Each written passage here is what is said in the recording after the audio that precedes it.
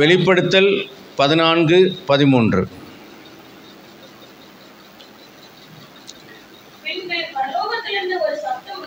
பரலோகத்திலிருந்து ஒரு சத்தம் உண்டாகி கர்த்தருக்குள் மரிக்கிறவர்கள் இது முதல் பாக்கியவான்கள் என்று எழுது. அவர்கள் தங்கள் பிரயாசங்களை விட்டு ஒளிந்து இளைப்பாறுவார்கள். அவளுடைய கிரியைகள் அவர்களோடே கூட போம். ஆவியானவரும் ஆம் என்று திருவள்ளுவம் பற்றுகிறார் என்று சொல்லிட்டு, இந்த வசனத்தை எத்தனை பேர் ஞாபகம் வைத்திருப்பார்கள், எத்தனை பேர் வாசிப்பார்கள், எத்தனை பேர் கேட்க விரும்புவார்கள் என்று எனக்கு தெரியல. பிறந்த நாள் என்பது இப்போ கொண்டாடுறது என்பது கிறிஸ்தவர்களுடைய வீட்டில் ரொம்ப பிரபலமாக இருக்கிறது. நல்ல சீரியல் லைட்டு போட்டு அதுக்குன்னு கேக்குக்கு செலவு பண்ணி அன்றைக்கி பிரியாணி செஞ்சு நண்பர்கள் பிள்ளைகளுடைய கிளாஸ்மேட் எல்லாத்தையும் கூப்பிட்டு பிறந்த நாளை கொண்டாடுவது, புது துணி போடுவது ரொம்ப கிராண்டாக. இப்போ சின்ன ஏழை பிள்ளைகள் வீட்டிலேருந்து பணக்காரர்கள் வீடு வரைக்கும் எனக்கு பிறந்த நாள் என்பது அது ஒரு பண்டிகையாக கிறிஸ்தவர்களுக்கு மாறி போனது. ஆனால் பிறந்த நாள் கொண்டாடுகிற கிறிஸ்தவர்கள் என்றைக்காவது இறந்த நாளை அவர்கள் நினைக்கிறார்களா என்பது தான் இப்போது கேட்கப்பட வேண்டிய ஒரு கேள்வி. பரலோகம் சொல்லுகிறது, பரலோகத்திலிருந்து ஒரு சத்தம் உண்டாக கேட்டேன்.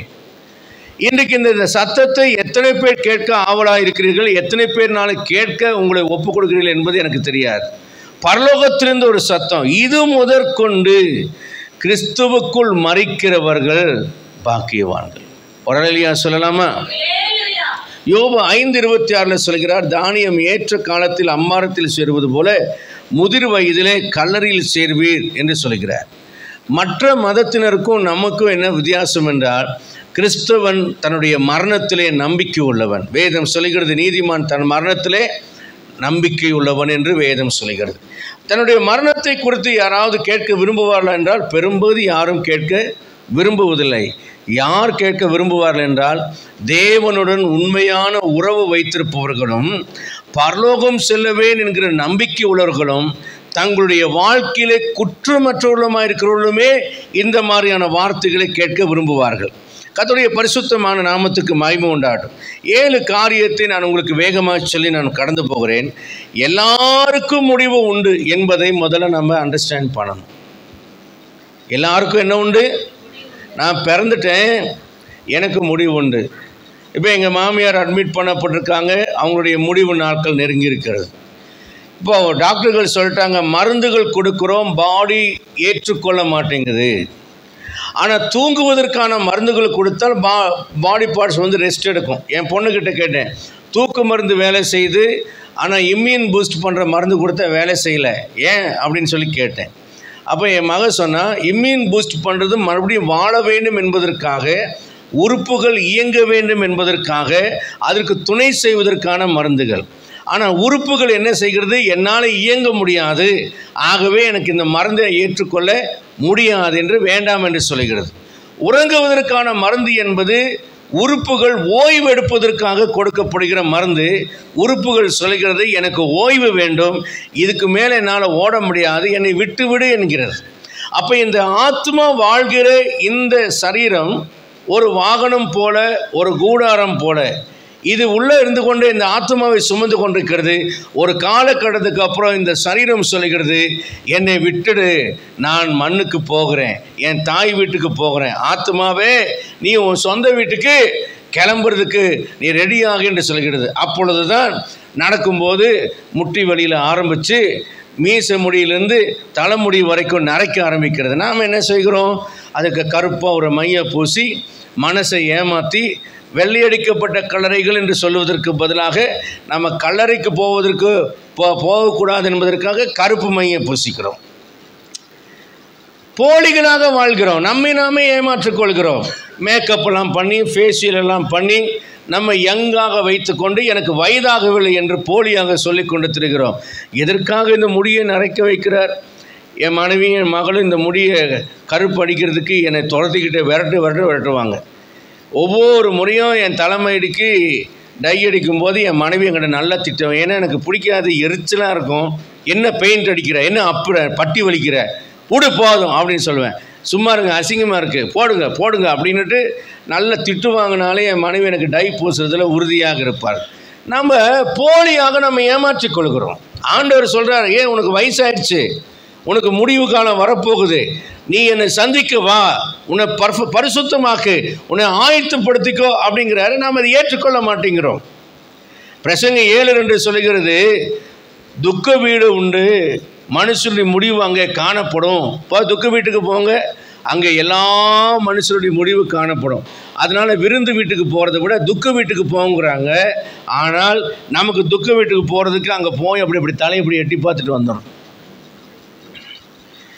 இன்றைக்கி நிறைய நேரங்களில் துக்க வீட்டிலேயே நம்ம ரொம்ப நேரம் இருக்க, கல்யாண வீட்டில் நம்ம இருக்க ஆசைப்படுற மாதிரி துக்க வீட்டில் இருக்க விரும்புகிறது கிடையாது. அந்த காலத்தில் சொந்தக்காரங்க 2-3 நாள் கூட இருப்பாங்க. இப்போ வேகமாக குடும்பத்துக்கு ஒருத்தர் கல்யாணமும் அப்படி தான், எல்லாத்துக்கும் அப்படி தான். ஒருத்தர் வந்துட்டு அப்படியே தலையை காமிச்சிட்டு ஒரு மாலையை போட்டுட்டு அப்படியே கையை தடவிட்டு கட்டி பிடிச்சிட்டு 2 நிமிஷம் இருந்துட்டு அப்படி சொல்லாமல் போகணும் அப்படிங்கிறது இது ஒரு துக்க வீட்டில் அது ஒரு சென்டிமெண்ட்டாக. அதனால் எப்போ போனாங்கன்னே தெரியாமல் போயிடுவாங்க. அடுத்த நாள் பார்த்தா ஈக்காக்கா குருவி இருக்காது, ஒரு 4-5 பேர் கூட நமக்கு ரொம்ப நெருங்கினவங்க கொஞ்சம் பேர் இருப்பாங்க. 3 நாள் கழித்து அவங்களும் போயிடுவாங்க. ஒரு வாரம் கழித்து எல்லாரும் நாம் மட்டும் தனியாக இருக்கணும், செத்தவரில் அடக்க முடியும். இதுதான் வாழ்க்கை. ஆனால் இதுக்காகத்தான், இந்த உறவுகளுக்காக தான் நம்ம என்ன செய்கிறோன்னா ஆண்டவருடைய உறவை விட்டு நம்ம விலகுகிறோம். நல்ல ஒரு காரியத்தை நம்ம புரிந்து கொள்ள எபிரேயர் 9:27 சொல்கிறது, மனுஷன் ஒரே தடவை மரிக்கிறதும் பின்பு நியாயத்தீர்ப்படைவது நிச்சயம். அதே போல் சங்கீதம் 23:4 சொல்கிறாரு, மரண இருளின் பள்ளத்தாக்கிலே நடந்தாலும். அப்போ நம்ம எல்லாரும் மரணம் என்ற ஒன்றை கடந்து போகணும், நமக்கு முடிவு ஒன்று உண்டு என்பதை பெந்தேகோஸ்தே விசுவாசிகளாகிய நாம் இதை அறியணும். நீங்கள் என்ன நினச்சிருப்பீங்க, நான் உன்னை விட்டு விலகுவதும் இல்லை கைவிடுவதும் இல்லைன்னு சொல்லியிருந்தா எவ்வளோ நல்லாயிருக்கும். இன்றைக்கி இந்த ஆள் மரண பிரசங்கம் பண்ணுறாரே அப்படின்னா, மிக முக்கியம் என்னென்னா 1ஆம் வகுப்புலேருந்து படிச்சுட்டு வர்றது பெரிய விஷயம் இல்லை, 10ஆம் வகுப்பில் பப்ளிக் எக்ஸாமில் பாஸ் பண்ணுறது தான் பெருசு. சொல்லுங்கள் பார்க்கலாம், ஒரு அலையிலையா சொல்கிறீங்களா? அதே போல தான் நம்முடைய வாழ்க்கையில் மரணத்தில் நம்ம பாஸ் பண்ணுவோமா? 23 சங்கீதம் 4 சொல்கிறானே, தேவரீர் என்னோடு கூட இருக்கிறீர். எங்கே இருக்கிறீர்? மரண இருளின் பள்ளத்தாக்குகள் நடந்தாலும் பொல்லாப்புக்கு நான் பயப்பட மாட்டேன், தேவரீர் என்னோடு கூட இருக்கிறீர். அப்போ ஆண்டவர் எங்கே கூட இருக்கிறேங்கிறாரு? மரணத்தில் எல்லாரும் உன்னை விட்டுருவாங்க. நான் 2-3 தடவை எனக்கு அந்த மரணத்தை ருசி பார்த்துருக்குறேன், அந்த கஷ்டம் எனக்கு தெரியும். அப்போ தனிமை, அந்த நேரத்தில் யாருமே நமக்கு உதவிக்கு இருக்க மாட்டாங்க, தனியாக ரூமில் கொண்டு போய் வச்சுருவாங்க. அந்த நேரத்தில் ரொம்ப சஃபிஸ்கேட்டட், அதாவது மூச்சு திணறலாம் கஷ்டமாக நமக்கு இருக்கும்.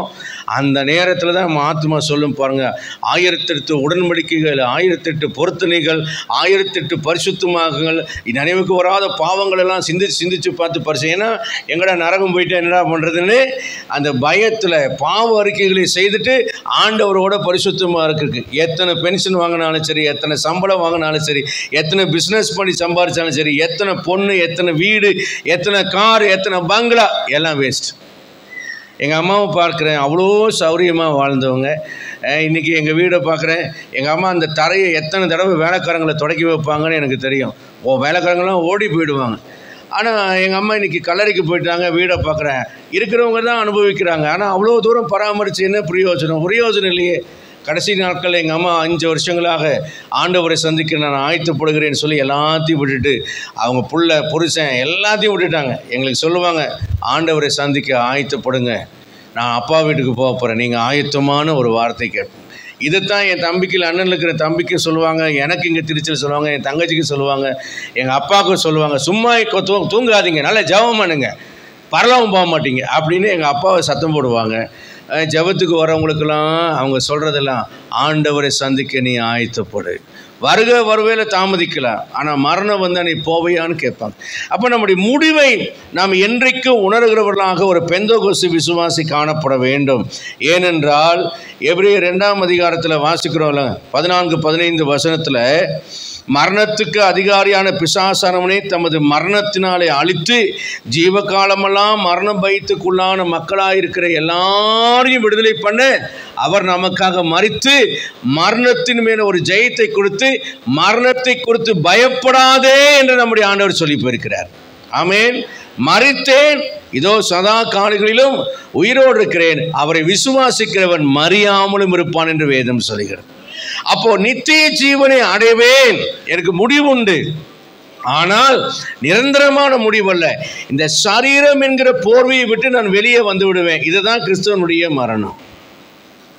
இங்கே உங்கள் கண்ணை மூடும் போது உங்கள் ஆவியின் கண் விழிக்கும்.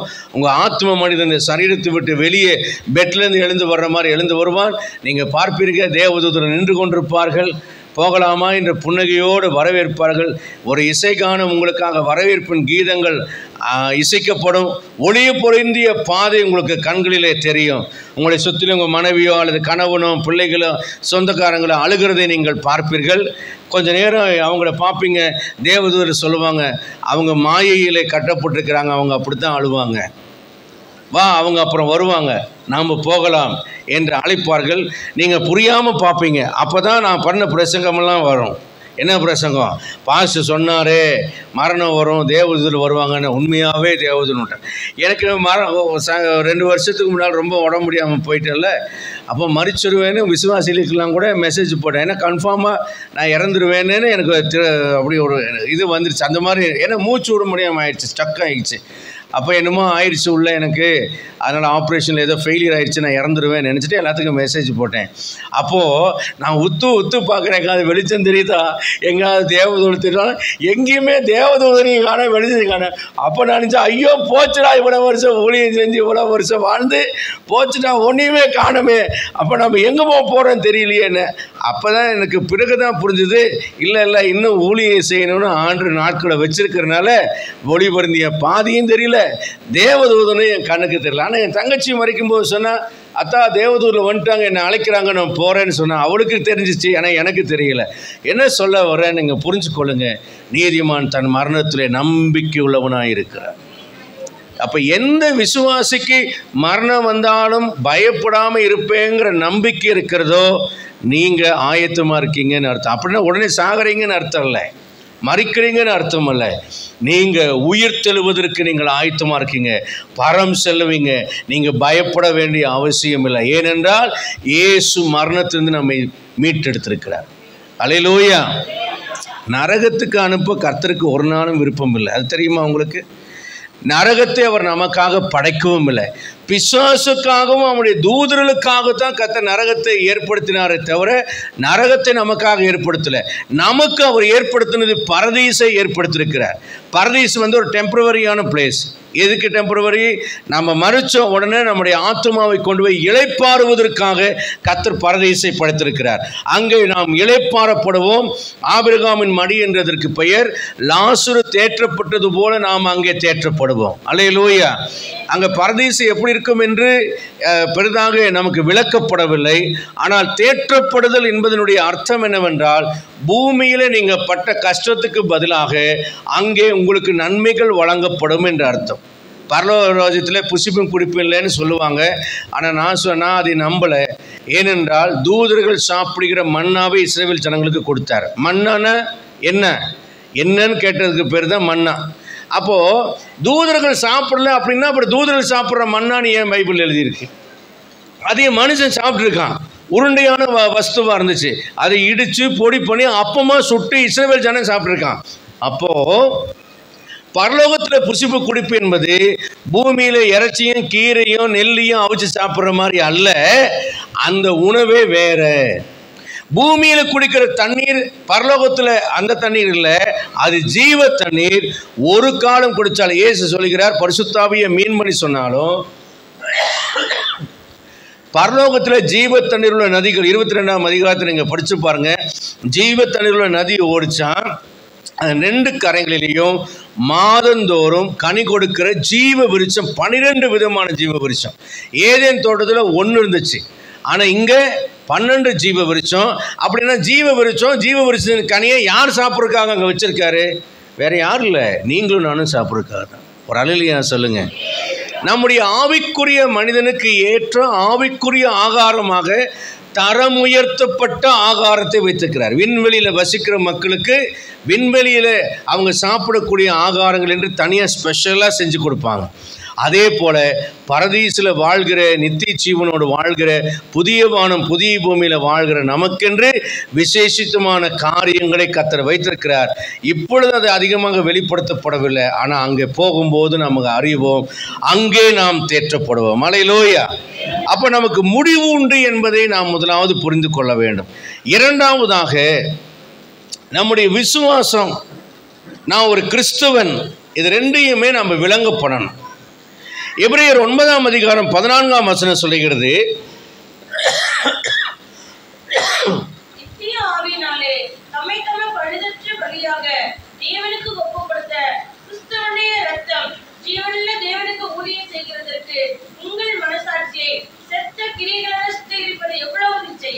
இங்கே சொல்லப்படுகிற வசனத்தை நீங்கள் நன்றாய் புரிந்து கொள்ளணும்.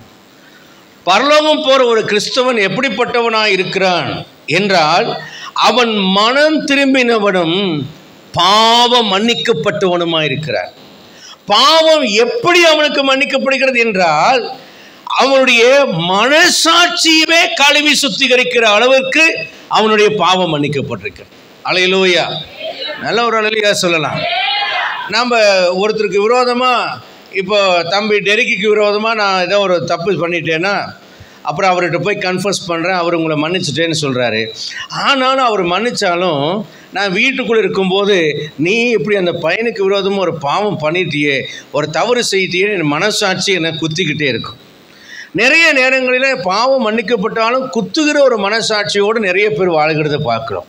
ஆனால் இயேசு கிறிஸ்துவின் இரத்தத்துக்கு இருக்கிற வல்லமை என்னவென்றால், என்னுடைய உள்ளத்திலே மனசாட்சியிலே குத்திக் கொண்டிருக்கிற பாவத்திலிருந்து எனக்கு விடுதலையை கர்த்தர் கொடுக்கிறார். அல்லேலூயா. அதனால வசனம் சொல்றது, இயேசு கிறிஸ்துவின் இரத்தம், நித்திய ஆவியினாலே தம்மை தாமே பழுதற்ற பலியாக ஒப்பு கொடுத்த இயேசு கிறிஸ்துவனுடைய ரத்தம், செத்த கிரிகளற ஜீவனுள்ள தேவனுக்கு ஊழியம் செய்வதற்கு உங்கள் மனசாட்சியை சுத்திகரிப்பது எவ்வளவோ நிச்சயம். நம்முடைய மனசாட்சி கூட சுத்திகரிக்கப்பட்டவர்களாக, சுத்த பரிசுத்தவான்களாக நாம் வாழ்ந்து கொண்டிருக்கிற ஒரு விசுவாச வாழ்க்கையை நாம் உடையவர்களாக இருக்கிறோம்.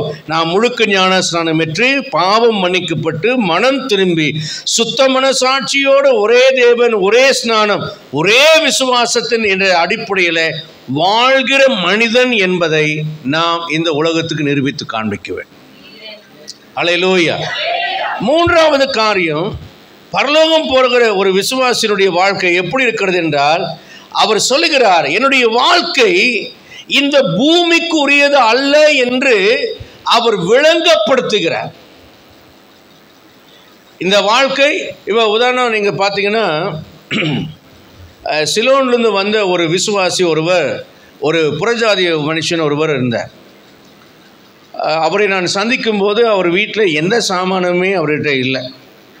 அப்போது அவருக்கு சுவிசேஷம் சொல்லி, அவர் ரொம்ப கஷ்டப்பட்டதுனால, அவர் மனைவி ப்ரெக்னெண்ட்டாக இருந்தாங்க, 4 குழந்தைகள் அவர்கிட்ட இருந்துச்சு.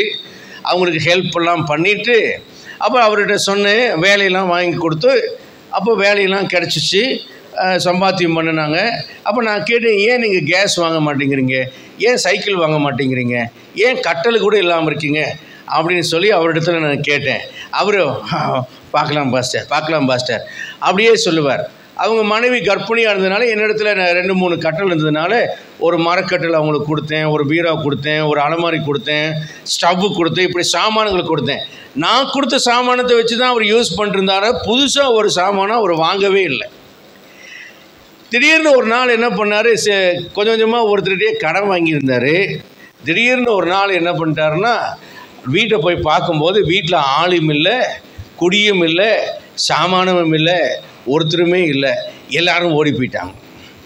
அப்போது ஒன்றை நான் புரிந்து கொண்டேன், இவர் ஏன் சொந்த காசை போட்டு எதையுமே வாங்கி இங்கே குடியிருக்கல அப்படின்னா, அவர் ஊரை விட்டு ஓடுகிற ஒரு எண்ணத்தில் இருக்கிறவர். நான் நிரந்தரமாக இங்கே இருக்க மாட்டேன், நான் எப்பொழுதாலும் அப்ஸ்கேண்டிங் ஆகிறவன், 4 பேர்த்துக்கிட்ட பணத்தை ஏமாற்றிட்டு வெளிநாட்டுக்கு ஆள் அனுப்புகிறேன்னு சொல்லி பல லட்ச ரூபாய், இந்த ஏரியாவில் ஒரு 28 லட்ச ரூபா, நான் சொல்கிறது எப்போன்னா 2000 சொல்கிறேன், 28 லட்ச ரூபாய்க்கு மேலே பணத்தை வெளிநாட்டுக்கு ஆள் அனுப்புகிறேன்னு சொல்லி அவர் வாங்கி ஏமாற்றிட்டு அவர் ஓடி போயிட்டார். இவர் ஏமாத்துக்காரராக ஓடி போகிறவராக இங்கே இருக்கக்கூடாது என்கிற எண்ணம் உள்ளவராக இருந்ததுனால அவர் தனக்கென்று சொந்தமாக எது ஒன்றையும் இங்கே வாங்கி சேர்க்கலை. அவர் ஏமாத்துக்காரன், ஓடி போகிறவன் அவர் அப்படி செய்கிறார்.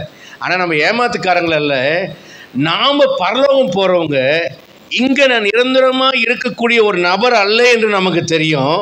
அப்போ நம்முடைய வாழ்க்கை முறையின் மூலியமாக நாங்கள் என்ன செய்வோம்னா நம்மை வெளிப்படுத்துவோம். இயேசு கிறிஸ்து சொல்லுகிறார், யோவான் 18ஆம் அதிகாரம் 36ஆம் வசனத்தில் சொல்கிறேன், ராஜ்யம் உலகத்துக்கு உரியதல்ல. யோவான் 17:16 சொல்கிறார், நான் உலகத்தான் அல்லாதது போல அவர்களும் உலகத்தார் அல்ல.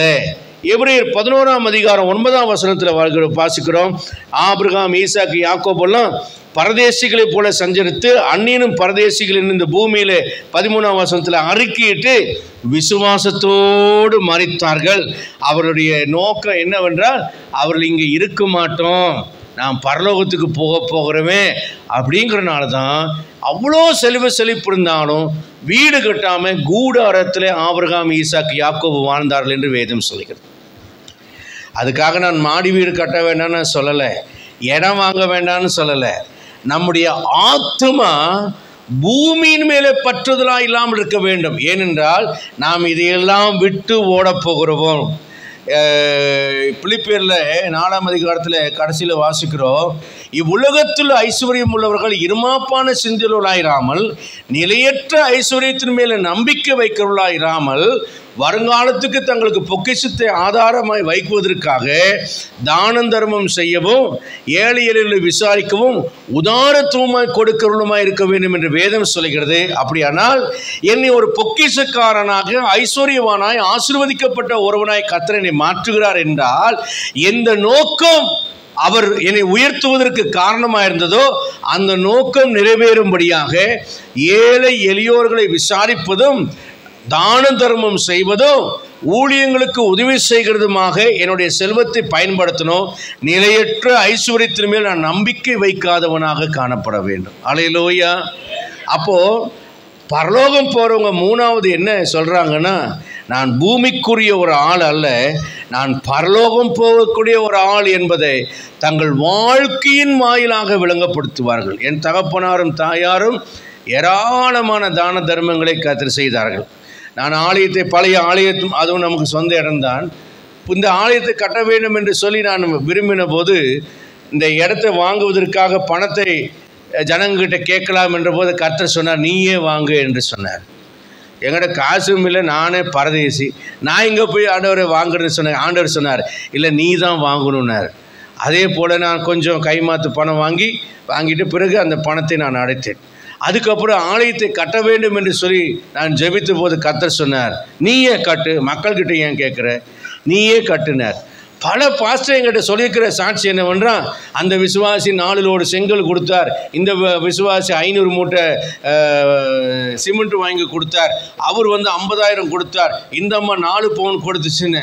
எனக்கு அப்படி எந்த பவுனும் வரல, எந்த மூட்டையும் வரல, எந்த லோடும் வரல.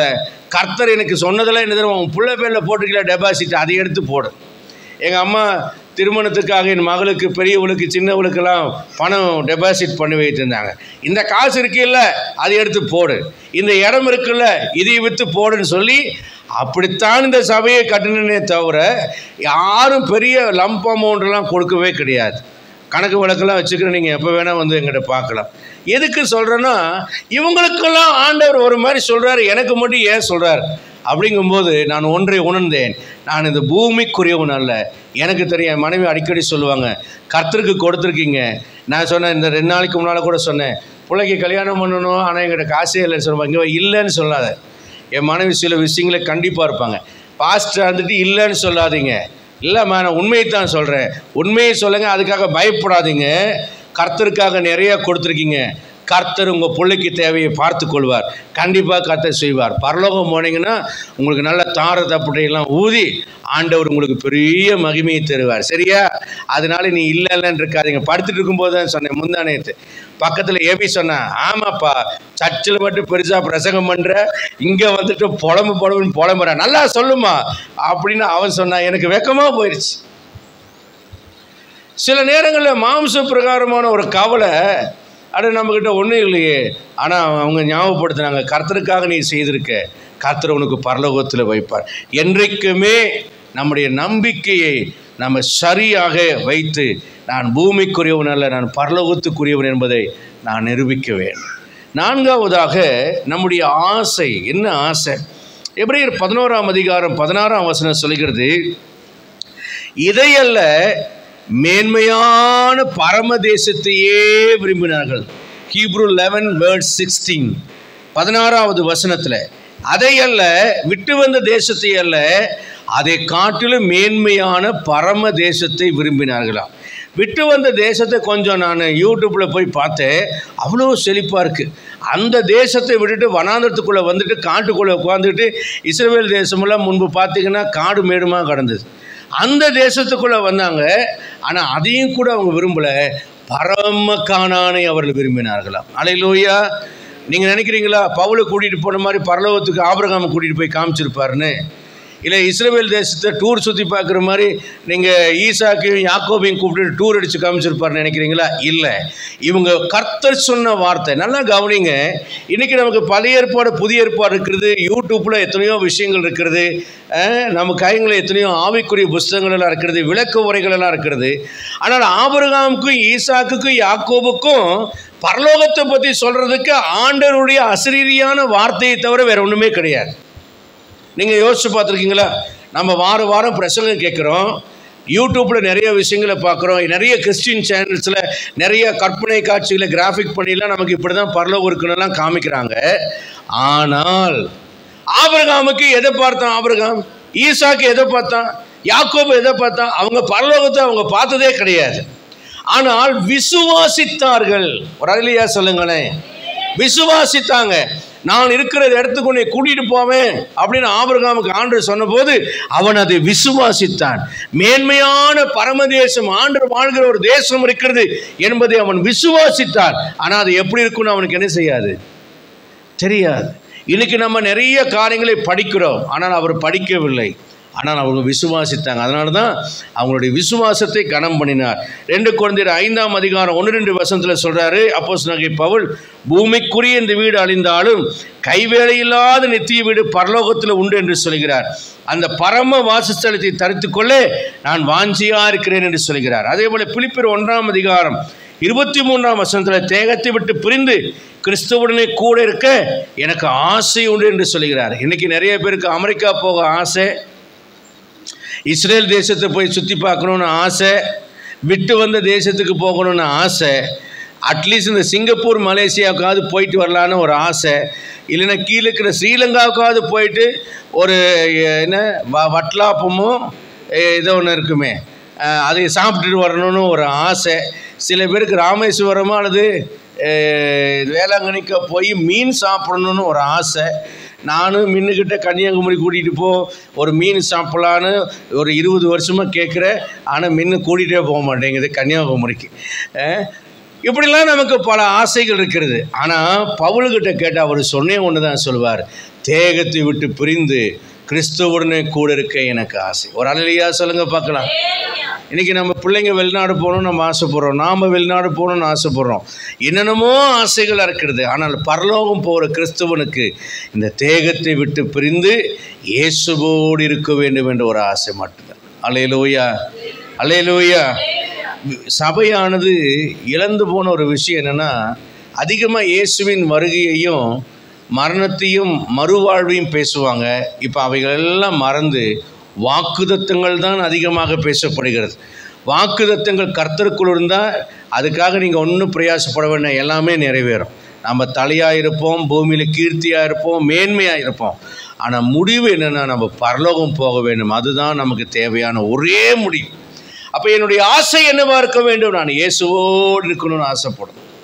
அந்த ஆசை இருக்கிறத சில பேருக்கு மரணம்னு சொன்னாலே கோபம் வந்துடும். அதுக்கப்புறம் அப்படி பேசினவங்ககிட்ட பேசவே விரும்ப மாட்டாங்க.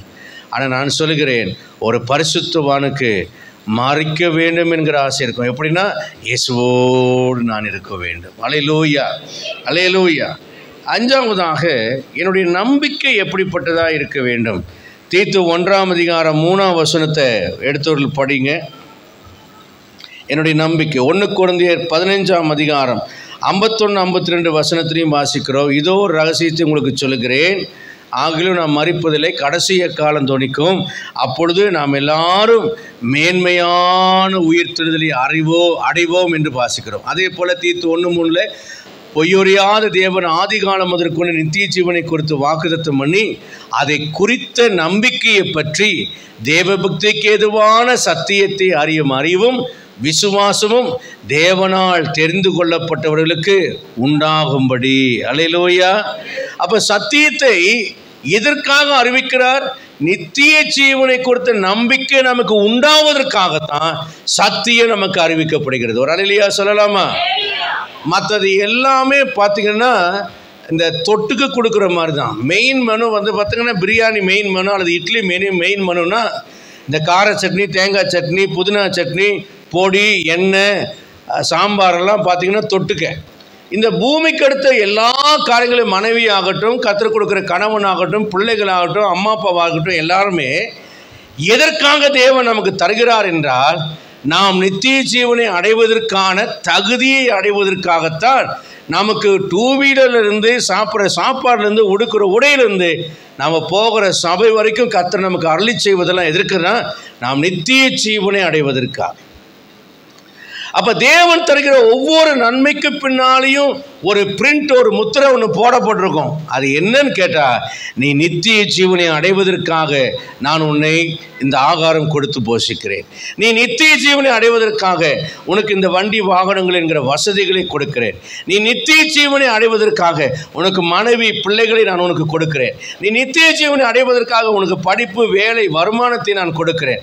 அப்போ இதெல்லாம், இந்த வசதிகள் எல்லாம் எதற்காக கொடுக்கப்பட்டிருக்கிறது என்றால் நாம் நித்திய ஜீவனை அடைவதற்கு தகுதிப்படுத்தப்பட தேவன் இதெல்லாம் ஒரு அடிஷனல் சப்ளிமெண்டாக கொடுக்கிறாரே தவிர, நாம் அநேக இடத்துல என்ன செய்கிறோம் என்றால் நித்திய ஜீவனை விட்டுட்டு அடிஷனலாக என்ன கொடுத்துருக்காரோ அதை தம்முடைய வாழ்க்கையில் முக்கியமாக வைக்கிறோம்.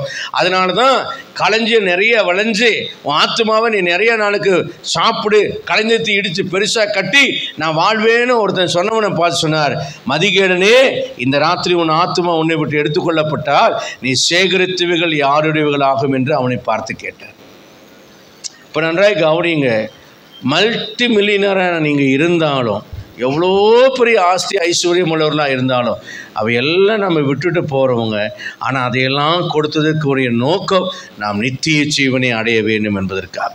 அப்போ நம்ம நித்திய ஜீவனை அடைவோம் என்கிற நம்பிக்கையை விட்டு நம்ம விலகிடக்கூடாது.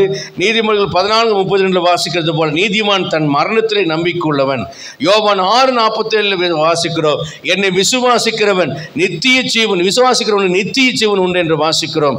பிலிப்பியர் 3:10-11 வாசிக்கும் போது, மேன்மையான உயிர்த்தெழுதல் அடைய நான் தகுதி அடைவதற்காக நான் இவ்வனமாக வாழ்கிறேன் என்று அப்போஸ்தலன் பவுல் சொல்கிறார்.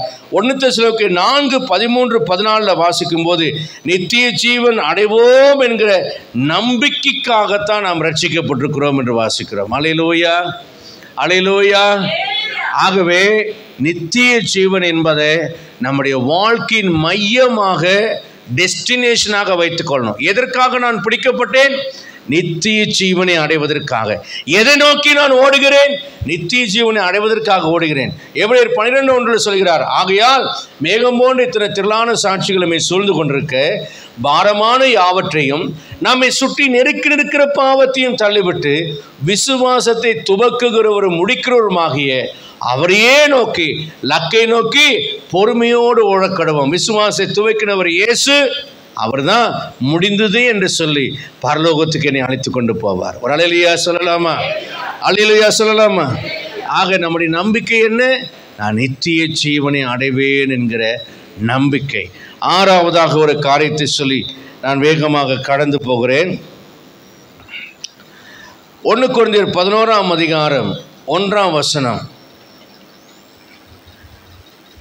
இப்படிப்பட்ட கிறிஸ்தவர்கள் என்ன செய்வார்கள் என்றால், இந்த பூமியிலே தங்களுக்கு பின்வரும் மக்களுக்கு முன்மாதிரியான வாழ்க்கை செய்கிறவர்களாக காணப்படுவார்கள். என்ன வாழ்க்கை?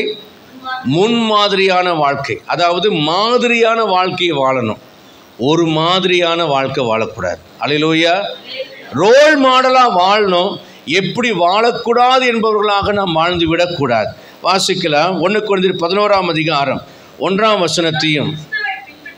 நான் கிறிஸ்துவை பின்பற்றுவதைப் போல நீங்கள் என்னை பின்பற்றுவீர்கள். அப்போஸ்தலனாகிய பவுல் தைரியமாக சொல்லுகிறார். நான் கேட்கிறேன், உங்க பிள்ளைகளை பார்த்து என்ன மாதிரி நீ வாழுன்னு சொல்லக்கூடிய தைரியம், கெத்து உங்களுக்கு இருக்கா?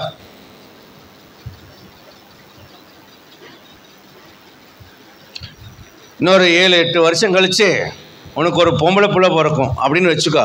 எடுத்து நான் ஆம்பளை பையன் தான் வேணும் விரும்புவேன், ஆனால் நான் சொல்கிறேன் உனக்கு முதல்ல பொம்பளை குழந்தை தான் பிறக்கும். சரி, அந்த பிள்ளை ஒரு 15 வயசில் நான் ஊரெல்லாம் வண்டி எடுத்துகிட்டு ரவுண்ட் அடிச்சுட்டு என் ஃப்ரெண்ட்ஸோடு போய் சாப்பாடெல்லாம் சாப்பிட்டு பார்க்குக்கு போயிட்டு பீச் இங்கே இல்லை கடை கண்ணி மாலெல்லாம் ரவுண்ட் அடிச்சுட்டு நைட்டு 7 மணிக்கு 8 மணிக்கு வரேன்னு சொன்னால் நீ ஒத்துக்குவியா? அப்புறம் ஏன் நீ மட்டும் பண்ணுறதியே? இப்போ நல்லா கவனிங்க, இன்னைக்கு அம்மா தன்னை பார்த்து சொன்னால் எரிச்சல் வருது. நாளைக்கு நீ அம்மா ஆனதுக்கப்புறம் நீ உன் பிள்ளைய பார்த்து சொல்லுவேன். நான் சொல்கிறேன், நான் அடிக்கடி என் மகளுக்கு சொல்லுவேன், என்ன மாதிரி வாழு. இந்த தைரியம் உங்களில் யாருக்காவது இருக்கா? நான் 17 வயசில் ஊழியத்துக்கு வந்தேன். 15 வயசில் பரிசுத்தாவின் அபிஷேகம் பெற்றேன். 2ஆம் வகுப்பு படிக்கும்போதே ஆண்டவரை ஏற்றுக்கொண்டேன். என்னால் தைரியமாக சொல்ல முடியும், என்ன மாதிரி வாழுன்னு என் பிள்ளைக்கு சொல்வேன். இந்த தைரியம் உங்களை யாருக்காவது இருக்கா சொல்லுங்கப்பா. நான் ஏன் இவ்வளோ சத்தத்தை உயர்த்தி பேசுகிறேன், ஏன் இவ்வளோ தைரியமாக சொல்கிறேன்னா, நான் வாழ்கிறேன், நான் பேசுகிறேன். நான் என் மகளுக்கு அதுதான் சொல்லுவேன், நாளைக்கு உன் பொண்ணுக்கோ உன் பையனுக்கோ நீ அட்வைஸ் பண்ணணும்னா எதை வச்சு நீ அட்வைஸ் பண்ணுவேன்? சட்டியில் இருந்தால் தான் என்ன வரும், என்ன வேணும்? டேய், நான் படுற காலையில் 4 மணிக்கு எழுந்திரிச்சு அந்நிய பாஷை பேசி வேத்து போத்து 1.5 மணி நேரம் ஜெபம் பண்ணு, டெரிக்கு நீ என்னடா இன்னும் 6 மணி வரைக்கும் தூங்கிட்டு இருக்கிறேன்னு எப்படி அட்வைஸ் பண்ண முடியும்? என்ன டெரிக், நான் 2 தடவை பைபிள் படித்து முடிச்சுட்டேன், நீ என்னடா 2 அதிகாரம் கூட படிக்கலன்னு எப்படி அட்வைஸ் பண்ண முடியும்? பண்ண முடியாது. ஏட்டு சொரக்கா கறிக்கு உதவாது. என்ன வேணால் சொல்லலாம், பாஸ்ட் என்ன சொன்னார் சபையில் அப்படின்னு சொல்லும்போதே நீங்கள் தெரிஞ்சுக்க இங்கே என்ன இல்லை ஒரு விஷயமும்.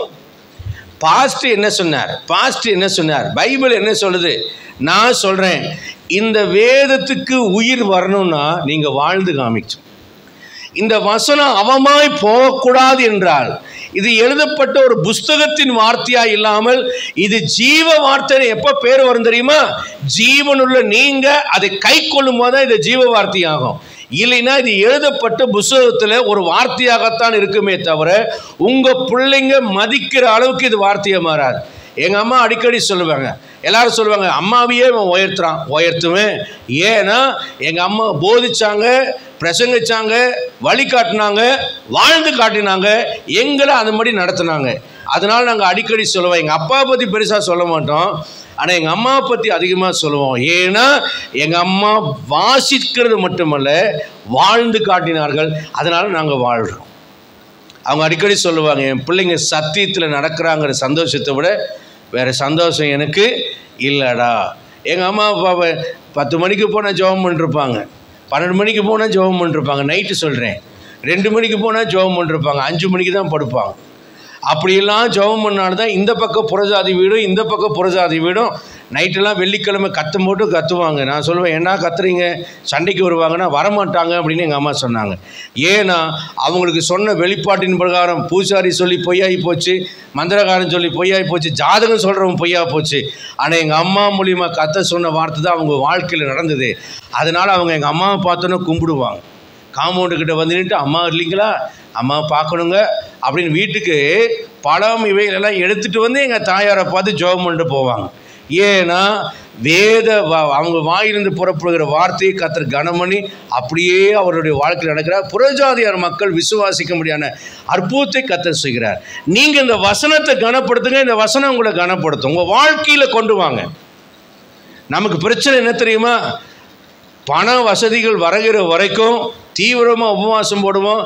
அந்த சர்ச்சு உள்ளே இருக்கும்போது பஸ்ஸில் இறங்கி பல பேர் நடந்து உள்ளே வருவாங்க நைட் ப்ரேயருக்கு. அந்த பழைய டைரி எடுத்து பார்த்தேன், அப்போ அந்த ப்ரேயர் பாயிண்ட்டு மக்கள் வந்ததெல்லாம் எழுதி வச்சுருக்கேன். அதை படித்தோன்னே எனக்கு அப்படியே பழைய ஞாபகம் போச்சு. இங்கேருந்து ரவுண்டானால் இறங்கி அவ்வளோ தூரம் உள்ளே நடந்து வந்து சமயத்தில் வழி கூட தவறி போயிடும், வந்து ஜெபம் பண்ணிட்டு போவாங்க. ஆனால் இங்கே ஜெபத்துக்கு வாங்கன்னா வர்றதில்லை.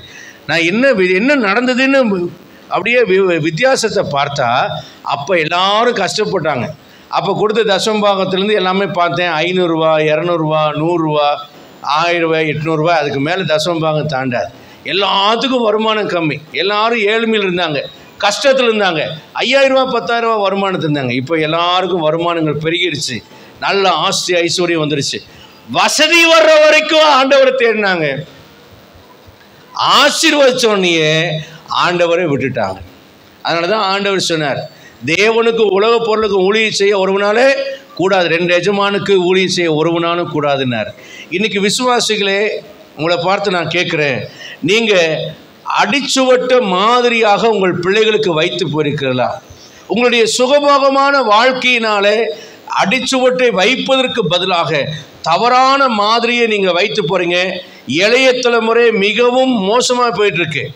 எங்கே பார்த்தாலும் வெட்டு குத்து கொலை யார் செய்கிறான்னா 15 வயசுலேருந்து 22, 23 வயசு கொடுக்குற பிள்ளைகள் தான் செய்கிறாங்க. உங்கள் வாலிப பிள்ளைகள், உங்களுடைய பேர குழந்தைங்க பரிசுத்தமான ஒரு நல்ல சந்ததியாய் ட்ரக் அடிக்டாக இல்லாமல் இருக்கணும்னா, ட்ரெயினில் போகும்போது பார்க்குற அங்கங்கே புதருக்குள்ளே டீசெண்டான வாலிபர்கள் பொட்டணத்தை கஞ்சா குடிச்சிட்டு இருக்கிறத நான் பார்க்குறேன்.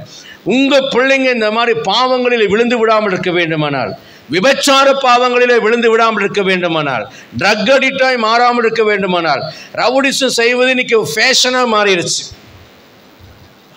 அதேமாதிரி லிவிங் டுகெதர், ஒன்றாக திருமணம் செய்யாமல் வாழ்வது ஃபேஷன் ஆயிடுச்சு.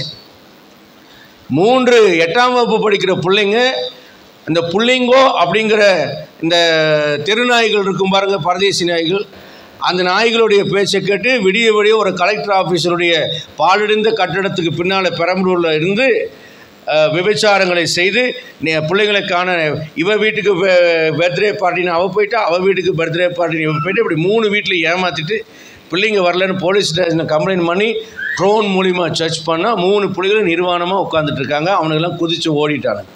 8 பசங்களோட கூட எல்லாமே பார்த்திங்கன்னா அண்டர் 18. 8 பசங்களோட இந்த 3 பிள்ளைகளும் தவறான பாலியல் ரீதியான உறவில் அந்த மாடியில் அவங்க காணப்பட்டிருக்காங்க. எல்லாத்துக்கும் மறைஞ்சு விடிய விடிய பிராந்தியை குடிச்சிட்டு சிகரெட்டு குடிச்சிட்டு இந்த வேலையை செய்திருக்காங்க. அப்போ இன்றைக்கு நம்முடைய குழந்தைகளுடைய வாழ்க்கையை நம்ம க்ளோஸாக மானிட்டர் பண்ணணும். நம்முடைய குழந்தை கெட்டு போகாமல் இருக்கணும்னா பெற்றோராகிய நாம் நம்முடைய குழந்தைகளுக்கு ஒரு முன்மாதிரியான வாழ்க்கையை நாம் வாழ்ந்து காண்பித்தால்தான் நம்முடைய பிள்ளைகளை நம்ம பாதுகாக்க முடியும். ஏன்னா நம்முடைய பிள்ளைகளை கெடுக்கக்கூடிய நவீன தொழில்நுட்பங்கள் செல்ஃபோன் வடிவில் அவனுடைய கையில் வந்துடுச்சு. அதனால் என்ன பரிசுத்தத்தை பற்றியோ, தேவபக்தியை பற்றியோ, நல்ல குணத்தை பற்றியோ, அன்பு தாழ்மையை பற்றியோ, அல்லது தேவனை தேடணுங்கிற எண்ணத்தை பற்றியோ அவர்களுக்கு வருவதற்கு பதிலாக நல்ல ஆடை அணியணும், நல்ல ஜாலியாக இருக்கணும், பையனாக இருந்தால் கேர்ள் ஃப்ரெண்டு வேணும், பிள்ளையாக இருந்தால் பாய் ஃப்ரெண்டு வேணுங்கிற நிலைமைக்கு உலகம் போயிடுச்சு. இளைய தலைமுறை தான் இனி வரக்கூடிய காலத்தில் இன்னும் சீரழியும். சென்னையில் ஒரு கல்லூரியில் பசங்க பட்டாக்கத்தியோடு போகிறத ஃபேஷனாக வச்சுருக்காங்க. ஒருத்தர் வெட்டிட்டு சண்டை போடுறத ஃபேஷனாக வச்சுருக்காங்க. நியூஸில் பார்த்து எனக்கு ரொம்ப அதிர்ச்சிகரமாக இருந்துச்சு. காலேஜ் போகிற நம்முடைய பசங்களுக்கு ஒரு பாதுகாப்பு இருக்குமான்னு கூட இப்போ தெரியாத அளவுக்கு இளைய தலைமுறை சீரழிந்து கொண்டிருக்கிறது. அப்போ இதில் இருந்தெல்லாம் நம்முடைய தலைமுறையை பாதுகாக்கணும்னா பெற்றோர் கையில் அந்த ரெஸ்பான்சிபிள் இருக்கிறது. என்ன? பெற்றோர் யோக்கியமாக வாழ்ந்து காண்பிக்க வேண்டும், முன்மாதிரியாக காண்க. எங்கள் அப்பா ஒரு பரிசுத்தவான், எங்கள் அம்மா ஒரு பரிசுத்த வாட்டி என்று உங்கள் பிள்ளைகள் சொல்ல வேண்டும். அதே போல் எங்கள் அப்பா தேவபக்தியாக இருந்தார், எங்கள் அம்மா தேவபக்தியாக இருப்பாங்க, இப்படி ஜெபம் பண்ணுவாங்க, இப்படி வேதத்தை வாசிப்பாங்க, இப்படி வசனத்தை பற்றி பேசுவாங்க, அப்படி வசனத்தைப்படி வாழ்ந்தாங்க, அவங்களுடைய குணம் இப்படிப்பட்டது, அவங்க அன்பு இப்படிப்பட்டது, இப்படிலாம் கர்த்தருக்காக ஊழியம் செய்வாங்கன்னு பெற்றோரை பற்றி பிள்ளைகள் அறிய வேண்டும். அந்த ரங்கத்தில் போய் உட்காந்து கதவை சாத்தி ஜெபம் பண்ணாதீங்க. நீங்கள் எதை செஞ்சாலும் உங்கள் பிள்ளைங்க பார்க்குற மாதிரி செய்யுங்க. ஏனென்றால் உங்கள் பிள்ளைங்க பார்க்கணும், உங்கள் பிள்ளைங்க கேட்கணும், உங்கள் பிள்ளைங்க ப்ராக்டிஸ் பண்ணணும். எத்தனை பிள்ளைங்க இன்றைக்கி உபவாசம் எடுத்து வீட்டில் ஜெபம் பண்ணுறாங்க சொல்லுங்கள் பார்க்கலாம். உங்கள் பிள்ளைங்களை எத்தனை பேர் வீட்டில் ஃபாஸ்டிங் போட்டு ப்ரேயர் பண்ணுறாங்க? நாங்கள்லாம் பள்ளிக்கூடத்தில் படிக்கிற காலத்துலேயே நான் உபவாசத்தோடு போவேன், பைபிள் எடுத்துகிட்டு போவேன். என் ஃப்ரெண்ட்ஸ் எல்லாம் எனக்கு கேலி பண்ணுவாங்க. நான் மைண்டே பண்ண மாட்டேன். இன்டர்வெல்லில் உட்காந்து பாடம் நடத்துகிற நேரத்தில் படிக்க மாட்டேன். மதியானம் சாப்பிட்டு முடிச்சுட்டு உட்காந்து பைபிள் படிப்பேன். நான் கிறிஸ்துவ பெண்ணை லவ் பண்ணுறேன், முஸ்லீமாக இருந்துட்டேன்னு சொல்லி என் நண்பர்கள் கிண்டல் பண்ணுவாங்க. நான் கண்டுகொள்ளவே மாட்டேன். ஆனால் அன்றைக்கு நான் வாழ்ந்த பரிசுத்தமான வாழ்க்கை இன்றைக்கு என்னுடைய கிளாஸ்மேட்டை நான் மீட் பண்ணும்போது எழுந்து நின்று எனக்கு மரியாதை கொடுப்பார்கள்.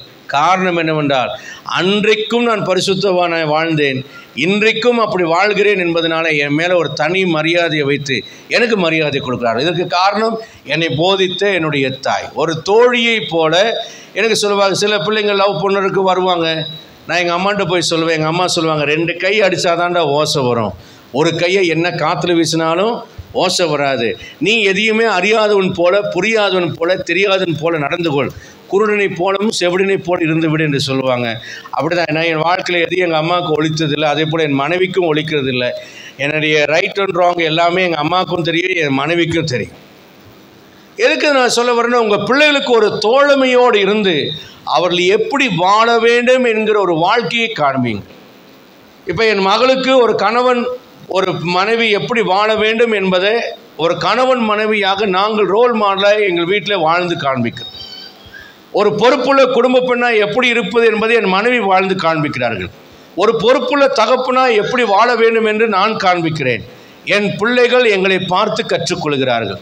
ஒரு முன்மாதிரியான வாழ்க்கை. எவ்வளோ நகை சேர்த்தேன், எவ்வளோ வீடு சேர்த்தேன், நிலம் சேர்த்தேன், பணம் சேர்த்தேன் என்பதல்ல.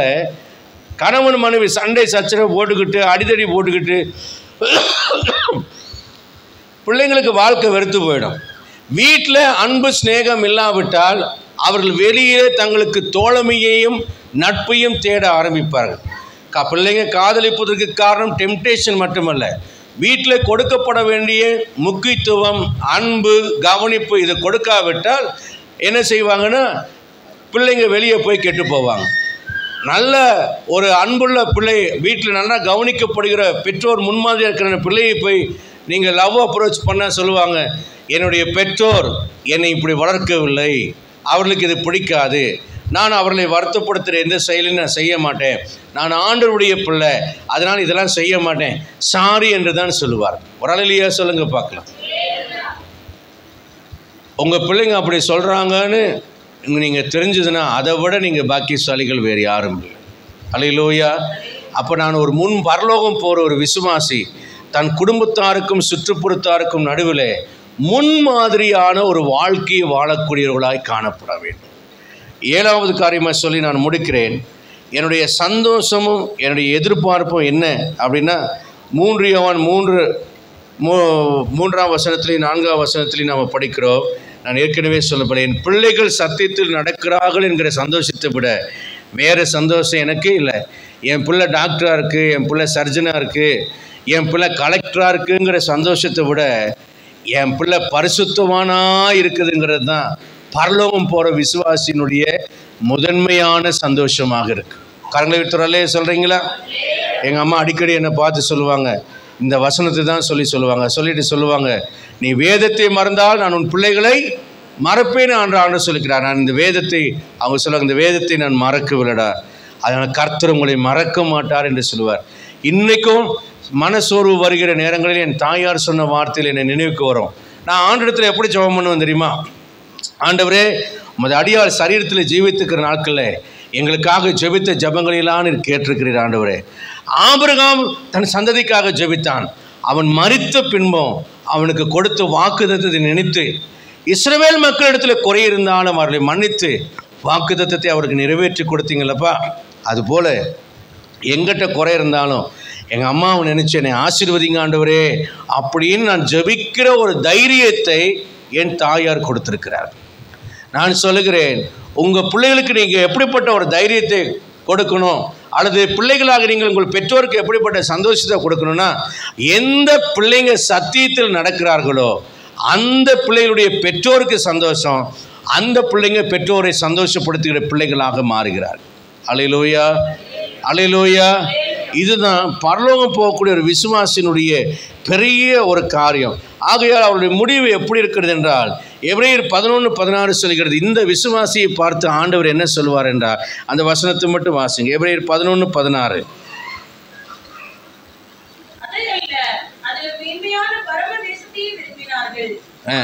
இப்ப இந்த வார்த்தை கவனிங்க. ஆகையால் தேவன் அவர்களுடைய தேவன் எண்ணப்பட வெட்கப்படவில்லை, அவர்களுக்காக ஒரு நகரத்தை ஆயத்தம் பண்ணினாரே. அல்லேலூயா. இந்த மாதிரி வாழ்கிற ஒரு விசுவாசியை பார்த்து கர்த்தர் சொல்லுவார், நான் உன்னுடைய தேவன் என்று சொல்ல ஆண்டவர் வெட்கப்படவே மாட்டார். அல்லேலூயா சொல்லுங்க பார்க்கலாம். இப்போ நம்ம பெத்த பிள்ளை ஜெயிலில் போயிருக்கு, 2 பிள்ளையை கற்பழிச்சுட்டான், 2 பேரை கொலை பண்ணிட்டான், 2 வீட்டில் திருடிட்டான்னு போலீஸ் அரெஸ்ட் பண்ணி போய் ஜெயிலில் இருக்கு. இப்போ ஒரு பத்திரிக்கையாளர் வந்து உங்களை வீடியோ எடுக்க வரார். எடுத்துகிட்டு இந்த ரேபிஸ்டுடைய அப்பா வராரு, ரேபிஸ்டுடைய அம்மா வர்றாங்க, இந்த திருடன் கொலைகாரனுடைய அம்மா அப்பா வர்றாங்க அப்படின்னு நீங்கள் வந்து நீங்கள் என்ன பண்ணுவீங்க? வாங்க வாங்க பேட்டி எடுக்கிறீங்களா அப்படின்னு நீங்கள் அப்படியே மூஞ்சியை கொடுத்து இப்படி சிரிச்சுலாம் போஸ் கொடுப்பீங்களா? சொல்லுங்கள். இந்த சண்முகத்தோட அம்மா நீங்கள் தானே அப்படின்னு கேட்டால் நீங்கள் என்ன சொல்வீங்க? அப்படியா, சண்முகமா, யார் இது, எனக்கு தெரியாதுங்க அப்படின்னு உங்கள் முகத்தை மூடிட்டு ஓடிடுவீங்க. ஏனென்றால் என் பிள்ளை ஒரு கிரிமினல் என்று சொல்கிறதுக்கு நீங்கள் என்ன பண்ணுவீங்க? என்ன பண்ணுவீங்க? வெட்கப்படுவீங்க. அதே போல் ஒரு கிறிஸ்துவன் மோசமான பாவத்தில் வாழ்ந்த ஆண்டவர் என்ன செய்வார்? வெட்கப்படுவார், துக்கப்படுவார். எப்போ ஆண்டவர் வெட்கப்படாமல் சொல்லுவார் என்றால், இப்படியெல்லாம் நான் சொன்ன அந்த வார்த்தையின்படி வாழ்கிற ஒரு விசுவாசி இருக்காங்கன்னு வைத்துக் கொள்ளுங்களேன். அந்த விசுவாசியை பார்த்து சொல்லுவார் ஆண்டவர். அதுதான் பழைய ஏற்பாடு சொல்றார், நான் ஆபிரகாமின் தேவனும் ஈசாக்கின் தேவனும் யாக்கோபின் தேவனுமா இருக்கிறேன், தாவீதின் தேவனானவர் என்றெல்லாம். எலியாவின் தேவன், எலிசா சொல்றான் எலியாவின் தேவன் எங்கே? ஒரு டைட்டில். மோசேயின் தேவன் எங்கே? யோசுவாவின் தேவன் எங்கே? அந்த மாதிரி உங்கள் பேரை போட்டுங்க. இப்போ அபியும் வைஷ்ணவி என்ன சொல்லணும்? மீனாவின் தேவன் எங்கே என்று கேட்கணும். மீனாவையே சர்ச்சில் காண்றதில்ல, அப்புறம் மீனாவின் தேவன் எங்கே இருப்பார்? நல்லா கவனிங்க. உங்கள் பேரை போட்டு நீங்கள் சொல்லணும், உங்கள் பிள்ளைங்க சொல்லணும். நான் சொல்லுவேன், எங்கள் அம்மா பேரை சொல்லுவேன், என் தாயாரின் தேவனே. அல்லேலூயா. நம்ம என்றைக்கும் இரவல் வாங்கிட்டு இருக்கக்கூடாது, ஆபிரகாமின் தேவனேன்னு சொல்லிட்டு இருக்காதீங்க. நீங்கள் சொல்லுங்கள், இப்போ என் பேரை சொல்கிறேன், சுஜில் பாலின் தேவனே என்று நான் ஆராதிப்பேன். அல்லேலூயா. உங்கள் பேரை போட்டு நீங்கள் ஆராதிக்கிற அளவுக்கு உங்களுக்கு மனசாட்சியில் ஒரு தைரியம் இருக்கா? சொல்லுங்க. ஆண்டவர் உங்களை பார்த்து நான் உன்னுடைய தேவன் என்று சொல்ல வெட்கப்படாமல் சொல்கிற அளவுக்கு நம்முடைய வாழ்க்கை இருக்கிறதான்னு நீங்கள் சொல்லணும். அல்லேலூயா. என் அன்புக்குரிய அருமையான கர்த்தருடைய பிள்ளைகளே, வார வாரம் சபைக்கு வந்தால் பத்தாது, கடமைக்கு 2 அதிகாரம் வாசித்தால் பத்தாது. காலையில் எழுந்திரிச்ச உடனே ஒரு பயபக்திக்காக ஒரு ஜெபத்தையும், சாயந்தரம் ஒரு கடமைக்காக ஒரு குடும்ப ஜெபத்தையும், தூங்கும்போது ஆண்டவரே தோத்திரம் தோத்திரம் ஆத்திரம் ஆத்திரம் ஆமேன்னு சொல்லிட்டு படுக்கிறதும் இவைகளெல்லாம் முக்கியமல்ல. உண்மையாகவே தற்பரிசோதனை செய்து ஆண்டவரை நேசித்து கண்களில் கண்ணீர் வழிய நன்றி சொல்லி அவர் ரட்சிப்பு கொடுத்தாரே அதுக்காக அவரை துதித்து அவரை மகிமைப்படுத்தி பயபக்தியோடு தேவனுடைய ஆராதனையை ஆராதிக்கணும். ஒன்று சொல்லுகிறேன், நீங்கள் உண்மையாகவே கர்த்தரை கனமணிகள் என்றால் ஞாயிற்றுக்கிழமை நேரத்தோடு கடந்து வந்து தேவ சமூகத்தில் ஆராதிக்க கற்றுக்கொள்ளுங்கள். உங்கள் கிரியைகளின் மூலியமாக, உங்கள் வாழ்க்கையின் மூலியமாக நான் பரம் செல்கிற ஒரு கிறிஸ்தவன், நான் பரலோகத்துக்குரியவன், இந்த ஆண்டவருடைய பிள்ளை, இந்த ஆண்டவர் என்னுடைய ஆண்டவர் என்று சொல்ல வெட்கப்பட மாட்டார் என்கிற தைரியத்தோடு வாழ்கிற ஒரு பிள்ளைகளை வாழுங்க. கடமைக்காக வாழ்கிற ஒரு கிறிஸ்தவனாக நீங்கள் வாழாதீங்க. பிரசங்கங்கள் எவ்வளவோ எனக்கு பண்ணுறதுக்கு பிரசங்கங்கள் இருக்கிறது, ஆனால் பாரத்தோடு சொல்லுகிறேன், பரம் செல்லும் கிறிஸ்தவனை உருவாக்குவதற்குத்தான் திருச்சபை இருக்கிறது. பரம் செல்வதற்காகத்தான் திருச்சபையில் உபதேசத்தை வைத்திருக்கிறார். பரலோகத்துக்கு செல்லும் பரலோக பாஷையாக மாறுவதற்கு தான் தேவன் இந்த ஆராதனைகளை வைத்திருக்கிறார். நான் பரலோகத்துக்கு செல்லவில்லை என்றால் இவைகள் எல்லாம் வீணானவைகளே. அல்லேலூயா. ஆகவே இந்த காலைவெளியில் ஒரு தீர்மானம் எடுங்க. முடிவு அறிந்த ஒரு கிறிஸ்தவனாக இருங்க, விசுவாசம் உள்ள ஒரு கிறிஸ்தவனாக இருங்க. உங்கள் வாழ்க்கை பூமிக்குரியது அல்ல, பரலோகத்துக்குரியதுங்கிற நிச்சயத்தை வெளிப்படுத்துகிற கிறிஸ்துவாக இருங்க. உங்களுடைய ஆசை கிறிஸ்துவோடு கூட இருக்கணும், பரம் செல்லட்டும் என்ற எண்ணம் உள்ளவர்களாக இருங்கள். உங்களுடைய நம்பிக்கை மேன்மையான உயிர்த்தெழுதலை அடைவேன் என்கிற நம்பிக்கை உள்ளவர்களாக நீங்கள் காணப்படுங்கள். இந்த பூமிக்கும் இந்த உலகத்திற்கும் உங்கள் குடும்பத்தாருக்கும் உங்களுடைய அடிச்சுவட்டை மாதிரியாக வைக்கிற ஒரு கிறிஸ்தவர்களாக இருங்கள்.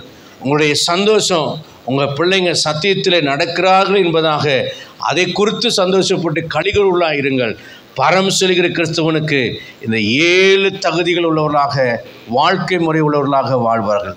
இப்போ சொல்லுங்கள், கிறிஸ்துவுக்குள் மரிக்கிறவர்கள் இது முதற்கொண்டு பாக்கியவான் என்று பரலோகம் சொல்கிற சத்தத்தை நம்முடைய காதுகள் கேட்கும். அல்லேலூயா, அல்லேலூயா. எல்லாருக்கும் மரணம் என்பது முடிவு, கிறிஸ்துவனுக்கு மரணம் என்பது வாழ்க்கையின் துவக்கம். ஏன்னா மரித்ததுக்கு அப்புறம் தான் அவன் வாழ துவங்க போகிறான். அல்லேலூயா, நல்ல ஒரு அல்லேலூயா சொல்லுங்க. ஆகவே இன்றிலிருந்து நீங்கள் ஜெபிக்கணும், ஆண்டவரே நான் மேன்மையான உயிர்த்தெழுதலை அடையணும். இந்த சரீரத்தில் நான் மரித்தாலும் என்னுடைய ஆவியின் கண்கள் திறந்து என்னுடைய ஆத்மீக மனுஷனை எழும்பி, ஆண்டவரே தேவதூதர்களோடு கூட பரதேசுக்கு ஒளி பொருந்திய தேசத்துக்கு நான் பறந்து வரணும். அப்போ என்னை பார்ப்பேன். ஒளி பொருந்திய ஒரு சரீரத்தில் ஆதாம் ஏவாளை படைத்த போது அவர்கள் எப்படி இருந்தார்களோ அதே தேவ சாயல்களில் நான் வெளிச்சம் உள்ளவனாக இருப்பேன். அங்கே போகும்போது நான் ஆபிரகாமை பார்ப்பேன், தாவீதை பார்ப்பேன், இயேசுவை பார்ப்பேன். மனமகிழ்ந்து பரம தேசத்தில் சந்தோஷமாய் நான் ஆனந்த சத்தம் விடுவேன். அப்போது நீங்கள் பரலோகத்துக்கு போகிற அந்த நாட்களில் ஒன்று தெரியும், ஐயோ என் பிள்ளைங்க பத்திரமா அங்கே வரணுமே, என் குடும்பத்தார் பத்திரமா அங்கே வரணுமே, இன்னும் நான் அதிகமாக அவங்கள பற்றி நான் சொல்லியிருக்கலாமேன்னு உங்கள் ஆத்மாவுக்கு தோன்றும். ஆகவே அன்புக்குரியவர்களே, பரம் செல்வதற்கு ஏதுவான வாழ்க்கை வாழ்வதற்கு இன்றைக்கே உங்கள் வாழ்க்கையை சரிப்படுத்துங்க, சீர்படுத்துங்க. நம்முடைய வாழ்க்கை முன்மாதிரியாய் காணப்பட நீங்கள் எல்லாத்தையும் கட்டி எழுப்புங்க. கர்த்தர் உங்களை ஆசீர்வதிப்பாராக. நாம் ஜெபிப்போம்.